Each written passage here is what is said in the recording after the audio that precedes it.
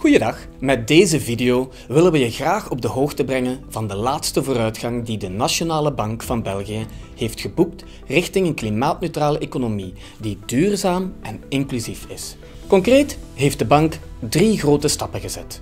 Ze heeft de decarbonisatie van haar aandelenportefeuille verankerd, ze behaalde haar tussentijdse doelstellingen rond duurzaam en verantwoord investeren en ze heeft zo net het tweede klimaatverslag gepubliceerd.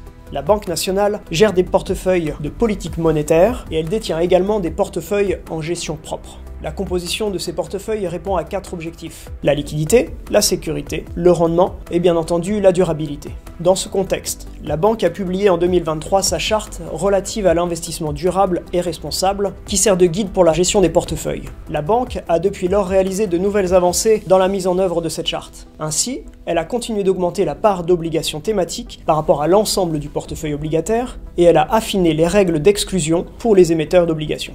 Tous les chiffres sont disponibles dans le rapport de la Banque sur le climat. Ce document indique, par exemple, les émissions de gaz à effet de serre des portefeuilles en gestion propre de la banque, ce qui rend également compte de son exposition aux risques liés à la transition climatique. Une adaptation importante de notre portefeuille d'actions a consisté à remplacer notre indice de référence par un indice axé sur la transition climatique.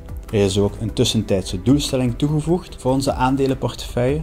We mikken tegen 2030 op een vermindering van 50% van zijn koolstofvoetafdruk.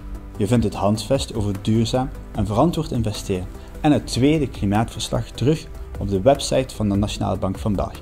Ook in de toekomst streeft de Nationale Bank van België verder naar een klimaatneutrale economie die duurzaam en inclusief is.